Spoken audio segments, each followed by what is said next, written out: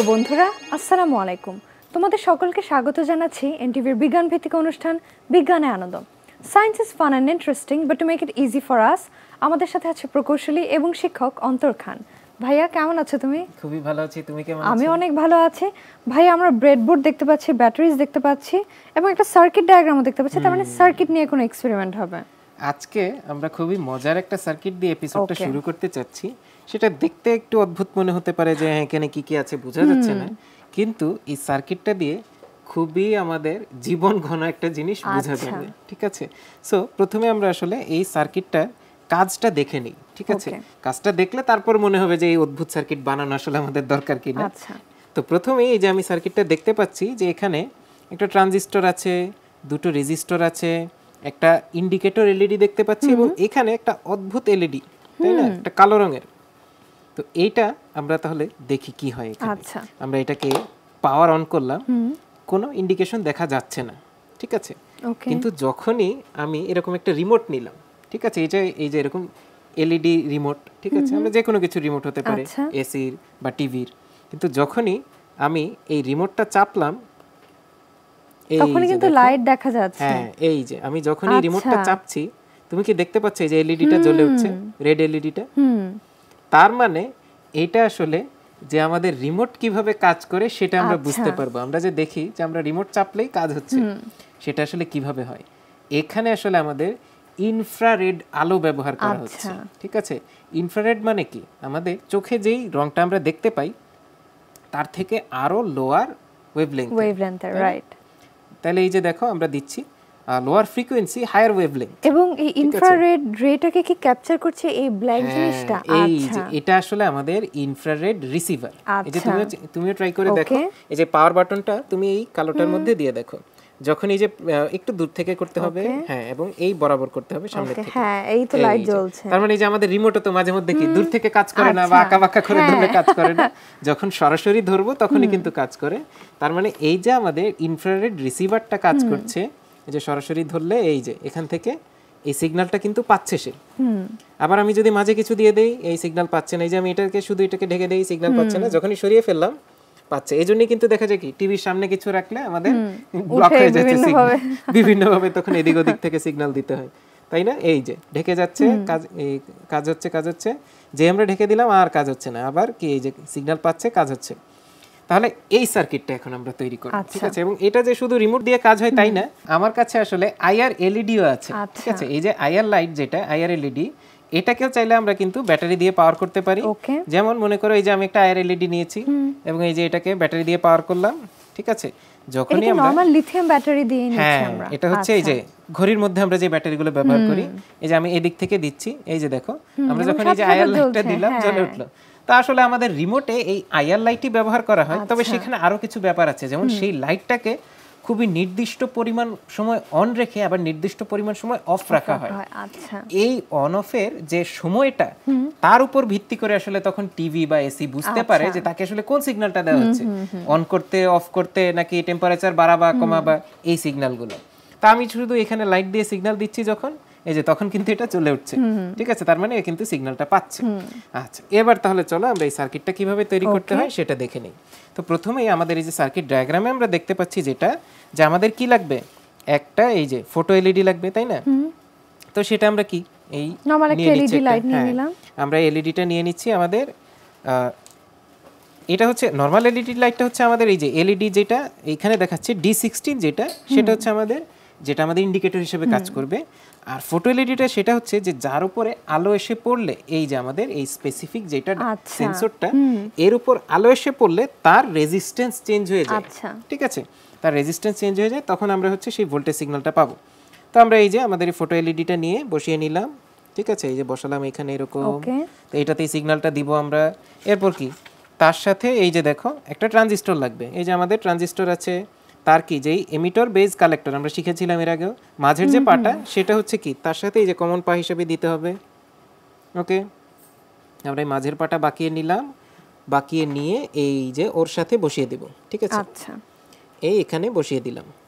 ওকে, আচ্ছা, এরপর যেটা করতে হবে যে আমাদের এমিটর বেজ কালেক্টর, যেটা কালেক্টর গ্রাউন্ডে যাবে এবং তার সাথে কি প্যারালালি আরেকটা কত 10 কিলো ওহম যে রেজিস্ট্যান্সটা সেটা থাকবে।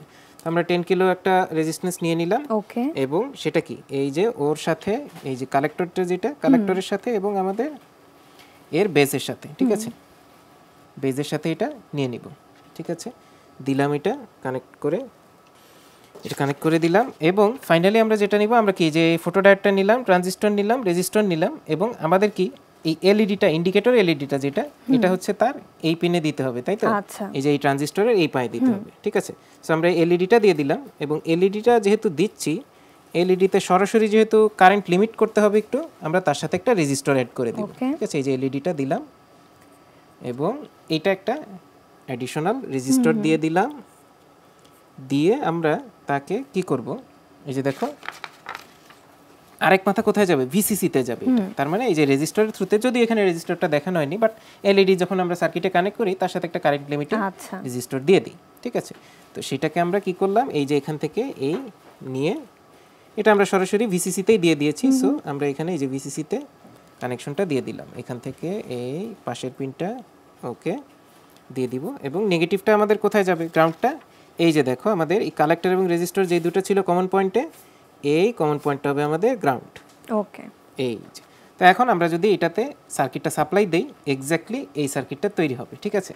তো বন্ধুরা চাইলে বাসায় এই কম্পোনেন্টগুলো দিয়ে এটা ট্রাই করে দেখতে পারবে এবং খুবই ইন্টারেস্টিং যে এই যে আমাদের রিমোটের কানেকশন কিভাবে কাজ করে সেটা বুঝতে পারবে, বা যদি সরাসরি আর এলইডিও থাকে সেটা দিয়েও কিন্তু দূর থেকে সিগন্যাল দিতে পারবে। তাহলে কেমন লাগলো এটা? ভাই আমার কাছে খুবই ভালো লেগেছে, আমি সবসময় ওয়ান্ডার করতাম রিমোট কিভাবে ওয়ার্ক করে, and thank you so much for making it so easy. ভাইয়া ম্যাগনেটস নিয়ে এসেছো, তার মানে আমরা কি ম্যাগনেটিক ফিল্ড নিয়ে কোনো এক্সপেরিমেন্ট দেখব? এবার আমরা যে জিনিসটা দেখব সেটা হচ্ছে আমাদের বিভিন্ন রকম ম্যাগনেটে আসলে ম্যাগনেটিক ফিল্ডগুলো কাজ করে কিভাবে। এর আগে আমরা বিভিন্ন এক্সপেরিমেন্টে বিভিন্ন রকম ম্যাগনেট ব্যবহার করেছি, বিভিন্ন শেপের দেখেছি, বিভিন্ন টাইপের দেখেছি, যেমন এগুলা কি পার্মানেন্ট, তারপর এগুলো আবার কি, এগুলো হচ্ছে ইলেকট্রোম্যাগনেট, তাই না, এবং এক একটা এক এক শেপের। এখন প্রশ্ন হচ্ছে যে আসলে সব ধরনের ম্যাগনেটিক ফিল্ড একই রকম হয়? তা তো আসলে হওয়ার কথা না, তাই না, যেহেতু শেপে চেঞ্জ আছে ম্যাগনেটিক ফিল্ডেও পরিবর্তন আছে। এখন সমস্যা হচ্ছে যে ম্যাগনেটিক ফিল্ড তো আমরা চোখে দেখতে পাই না, তাহলে এটা বুঝতে পারবো কিভাবে? বুঝতে পারবো আসলে হচ্ছে আমরা খুবই সিম্পলি যদি কিছু আয়রন পাউডার ইউজ করি। আয়রন যেহেতু হচ্ছে খুবই হাইলি ম্যাগনেটিক ম্যাটেরিয়াল এবং এটা যেহেতু খুবই ফাইন পাউডার, এই যে এটা প্যাকেটের ভিতরে দেখতে পাচ্ছ, তাহলে এটা যদি আমি ছড়িয়ে দেই তাহলে সেই পাউডারগুলো আসলে ম্যাগনেটিক ফিল্ডের প্রতি আকর্ষিত হবে এবং সেই ফিল্ড অনুযায়ী সে সেজে যাবে। তো আমরা ট্রাই করি এখানে দেখলেই প্রথমে বোঝা যাবে যে আমাদের আসলে শেপটা কিরকম হয়। ঠিক আছে, আমরা সাদা কাগজ নিয়ে নিচ্ছি যাতে দেখতে সুবিধা হয় এবং আমরা প্রথমেই সিম্পলেস্ট যেটা একটা বার ম্যাগনেট নিব, নিয়ে এখন যদি এর উপরে আমরা এই আয়রন ফাইলিংগুলো দেই দেখি কি হয়। ঠিক আছে, আমরা এখান থেকে অল্প অল্প অল্প অল্প করে দিয়ে দিব, দেখি কিরকম একটা প্যাটার্ন তৈরি হয়।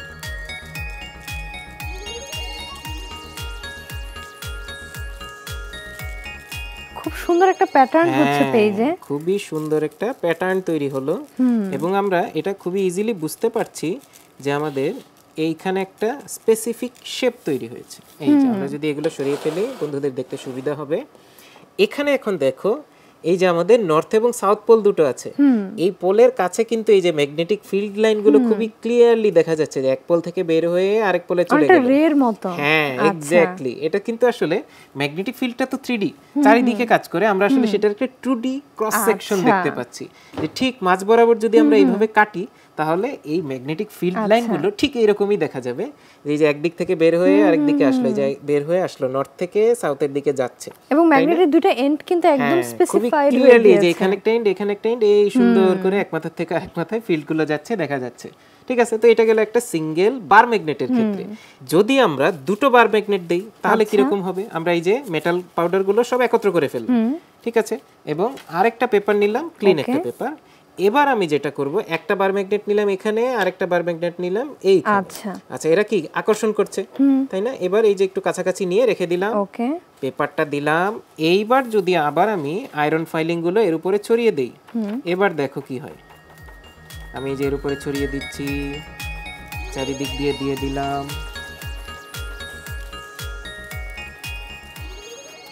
এই দেখো, এবার কিন্তু আরেকটু আয়রন ফাইলিং যদি দেই, এবার যেহেতু পরিমাণ একটু বেশি, এবার দেখো দুই পাশে যে দুটো ম্যাগনেট তার তো ফিল্ড তৈরি হলোই, এবং দুটো ম্যাগনেটের মধ্যে ফিল্ডের যে ইন্টারঅ্যাকশনটা হচ্ছে এবার সেটা কিন্তু খুব পরিষ্কার করে মাঝে দেখা যাচ্ছে যে দুটো ফিল্ডের মাঝে এরা কিন্তু আকর্ষণ করছে।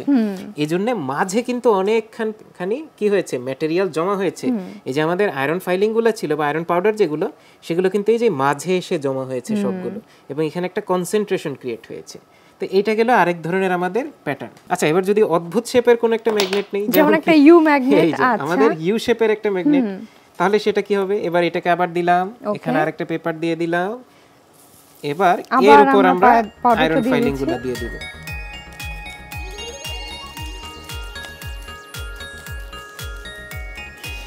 এবার দেখা যাচ্ছে যে নিজের ম্যাগনেট যেটা, তাই না, এখানে কিন্তু এবার একটাই ম্যাগনেট, একটা ম্যাগনেটেরই দুটো যে পোল, নর্থ পোল এবং সাউথ পোল, এরা কিন্তু একই সাথে পাশাপাশি ইউ করে তাদেরকে কাছাকাছি নিয়ে আসা হয়েছে।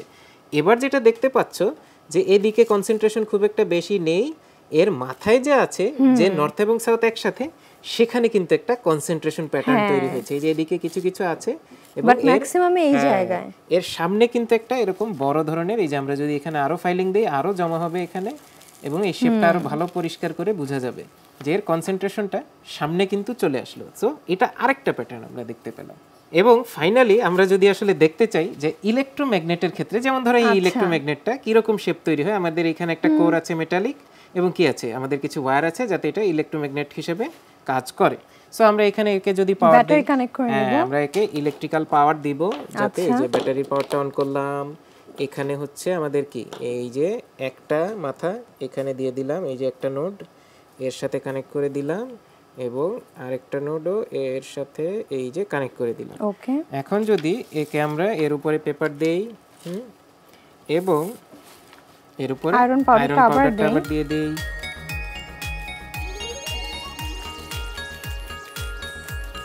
আমরা কিন্তু দেখতে পাচ্ছি এবারও খুবই সিমিলার একটা প্যাটার্ন তৈরি হচ্ছে। বার ম্যাগনেটের সাথে আমাদের যে প্যাটার্নটা তৈরি হয়েছিল সেরকম। তার মানে আমাদের ম্যাগনেটটা আসলে সেটা কি পার্মানেন্ট নাকি হচ্ছে ইলেকট্রিক্যাল, সেটা আসলে খুব একটা ইস্যু না। ইস্যুটা হচ্ছে আমাদের ম্যাগনেটের শেপটা কিরকম। এটা যেহেতু পার ম্যাগনেটের মতোই লম্বা একটা শেপ ছিল, এজন্য কিন্তু সে কি হয়েছে, সে একই রকম একটা প্যাটার্ন তৈরি করেছে। এই যে আমরা দেখতে পাচ্ছি যে বৃত্তাকার কিছু প্যাটার্ন যে এক মাথা থেকে বের হয়ে এবং ম্যাগনেটিক ফিল্ডের লাইনগুলো কিন্তু অনেকটা একই রকম, মানে আমাদের বার ম্যাগনেটের ক্ষেত্রে যেরকম প্যাটার্নটা তৈরি হয়েছিল সেটা। তো আমরা অ্যাকচুয়ালি এটাই দেখতে পেলাম যে ইলেকট্রোম্যাগনেট হোক বা পার্মানেন্ট ম্যাগনেট হোক, আমাদের শেপটা কিন্তু হচ্ছে যে ম্যাগনেটের শেপটা কিরকম সে অনুযায়ী তার ফিল্ড লাইনগুলো কাজ করবে। তো এটা হচ্ছে আমাদের লাস্ট আরেকটা প্যাটার্ন। ওকে, ঠিক আছে, তাহলে দেখলে যে বিভিন্ন রকম প্যাটার্ন কিভাবে আসে, এবং সেটা আসলে যে ম্যাগনেটের জন্য এবং তার পোলগুলো কিভাবে আছে এবং তার পোলের স্ট্রেংথ কত, সেটার উপর ডিপেন্ড করে বিভিন্ন রকম আমাদের এই ম্যাগনেটিক ফিল্ড লাইনগুলো তৈরি হয়। এবং সেটা কাজ ব্যবহার করে কিন্তু আমরা বিভিন্ন অ্যাপ্লিকেশনে বিভিন্ন রকম শেপের ম্যাগনেট ব্যবহার করি। তো কেমন লাগলো তোমার? ভাইয়া, ম্যাগনেটিক ফিল্ড লাইন্স হিউম্যান আইতে ভিজিবল না, বাট তুমি যে আমাদেরকে এই আইডিয়াটা দেখেছো, তোমাকে অনেক ধন্যবাদ। ভাইয়া, আমরা একটা সার্কিট ডায়াগ্রাম দেখতে পাচ্ছি, আমরা তাহলে এখন কি এক্সপেরিমেন্ট করব? আমরা এবার খুবই স্পেশাল একটা সার্কিট তৈরি করব, যেটা আসলে আমাদের মডার্ন যে ইলেকট্রনিক্স, এটার খুবই একটা ফান্ডামেন্টাল পার্ট। ঠিক আছে, তো সেটা কোথায় আমি বলবো না, বাট এটা বলবো এখন যে এই জিনিসটা কারো কাছে এই মুহূর্তে নেই, সেটা মানে না থাকাটা খুবই আনলাইকলি। এইরকম একটা জিনিসই মোটামুটি সবার কাছে তো আছেই, এবং শুধু একটা দুইটা না, মিলিয়ন মিলিয়ন আছে, মিলিয়ন মিলিয়ন। আচ্ছা, ঠিক আছে, তো তোমার অ্যাটেনশনটা নিশ্চয়ই ধরতে পেরেছি। অবশ্যই, এবার তাহলে বলি যে এই জিনিসটা আসলে কি কাজ করে। ঠিক আছে, এই যে এখানে দেখতে পাচ্ছ যে আমার কাছে দুটো সুইচ আছে, দুটো দুই রকম সুইচ। এটা হচ্ছে মোমেন্টারি সুইচ, তার মানে এটা চাপ দিয়ে যতক্ষণ ধরে রাখি ততক্ষণ কাজ করে, আবার ছেড়ে দিলে চলে যায়। তো আমরা একটু টেস্ট করে দেখি। যে আমরা একটা ব্যাটারি প্যাক নিলাম, এই যে এটা নিয়েছি, এই পাওয়ার সাপ্লাইটা নিব, এই যে এখান থেকে পজিটিভটা নিলাম, নিয়ে এখানে দিলাম। এখন এখানে একটা এলইডি নিলাম, এলইডির যে পজিটিভ পার্টটা সেটা এই বাটনের এই পায়ের সাথে দিব, এবং এটা কানেক্ট করে দিলাম। এবং আমরা যদি নেগেটিভ পার্টটা নিই, নেগেটিভটা একটু অন্য কালার দিয়ে দেখাই। ওকে, এই যে এটা নিলাম, নিয়ে দিয়ে দিলাম, দিয়ে এখানে ধরলাম। ঠিক আছে, তা আমি যতক্ষণ এটাকে পুশ করে ধরে রাখছি ততক্ষণ এটা জ্বলছে, ছেড়ে দিলাম চলে গেল। তার মানে এটা যেই স্টেটে আমি চাপ প্রয়োগ করে ধরে রাখছি সেই স্টেটে থাকছে, ছেড়ে দিলে চলে যাচ্ছে। এটা হচ্ছে মোমেন্টারি সুইচ। ওকে, আচ্ছা, এখন যদি আমরা এরকম একটা সুইচ নেই যেটা হচ্ছে আমাদের কি এই যে স্টেট, যেই স্টেটে দেই সেই স্টেটে থাকে, তো এটা আর আমি কানেকশন করে দেখাচ্ছি না কারণ আমাদের আরো অন্য কিছু জিনিস দেখতে হবে। তো এটা হচ্ছে কি এই যে চাপ দিলে একরকম থাকছে, আবার ছেড়ে দিলে চলে যাচ্ছে, যেমন আমাদের বাসাবাড়ির লাইটের সুইচ যেরকম হয়, যে দিয়ে রাখলাম যেভাবে ছিল ওইভাবেই আছে, আবার অফ করে দিলাম অফ ছিল অফই আছে। তার মানে যে স্টেটে রেখে দিচ্ছি সেই স্টেটেই থাকছে। এই যে বসে গেল, আবার তুললাম তুলে গেল, উঠে গেল, বসলো উঠে গেল। তাহলে এখানে আমরা এই সুইচ দিয়ে যদি কোনো একটা ইনফরমেশনকে সেভ করতে চাই, এটা কি পসিবল? পসিবল সুইচ হচ্ছে দিয়ে না। ইনফরমেশনকে, আচ্ছা, তো এটা যদি ধরে রেখে ছেড়ে দেই চলে যাচ্ছে, আবার এটা দিয়ে চাপ দিলে ওপেন হয়ে যাচ্ছে, আবার চাপ দিলে যেভাবে ছিল ওইভাবে থেকে যাচ্ছে।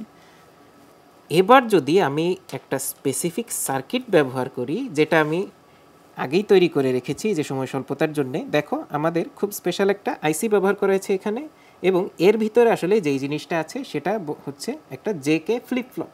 আচ্ছা, ঠিক আছে, সো জেকে হচ্ছে এটা টাইপটা, এবং ফ্লিপ ফ্লপ হচ্ছে এমন একটা সার্কিট যার ভিতরে রাখা যে ইনফরমেশনটা, এটা স্টেটটা চেঞ্জ হয়।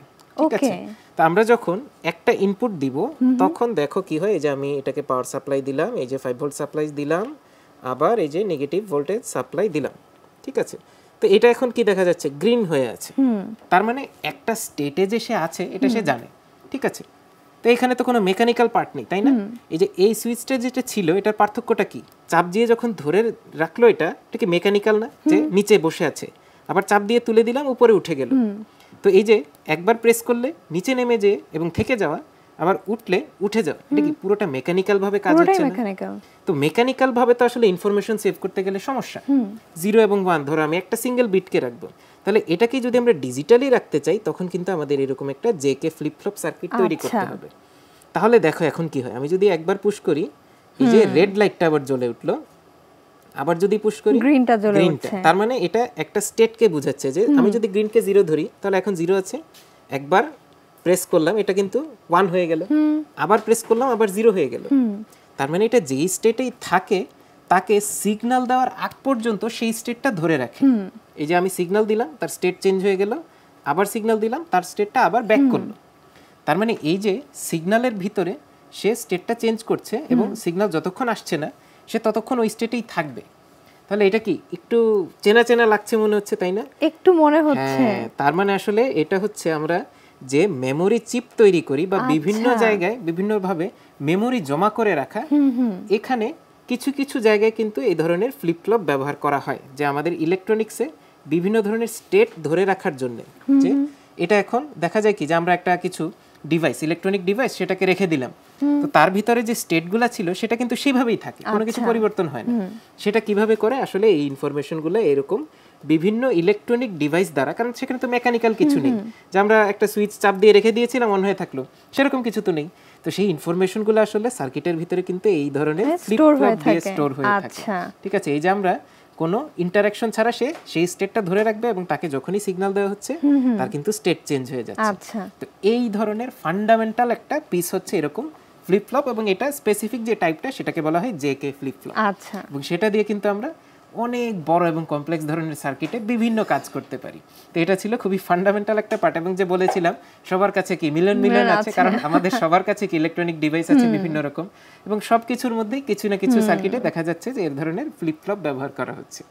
তো কেমন লাগলো এটা? ভাই আমার কাছে খুবই ভালো লেগেছে, এত ফান্ডামেন্টাল একটা জিনিসকে এত ফান ভাবে বুঝিয়ে দেওয়ার জন্য তোমাকে অনেক ধন্যবাদ। তোমাকে অনেক ধন্যবাদ আমার সাথে এক্সপেরিমেন্টগুলো করার। আজকে তাহলে আমরা বন্ধুদের কাছ থেকে বিদায় নিয়ে নেই। প্রিয় বন্ধুরা, এই ছিল আমাদের আজকের আয়োজন। তোমরা যদি আমাদের কোনো এক্সপেরিমেন্ট মিস করে থাকো বা রিওয়াচ করতে চাও, এগুলো কিন্তু আমাদের ইউটিউব চ্যানেল এনটিভি শোজে অ্যাভেলেবল। তোমরা সবাই ভালো থেকো, সুস্থ থেকো, এনটিভির সাথেই থেকো। ধন্যবাদ।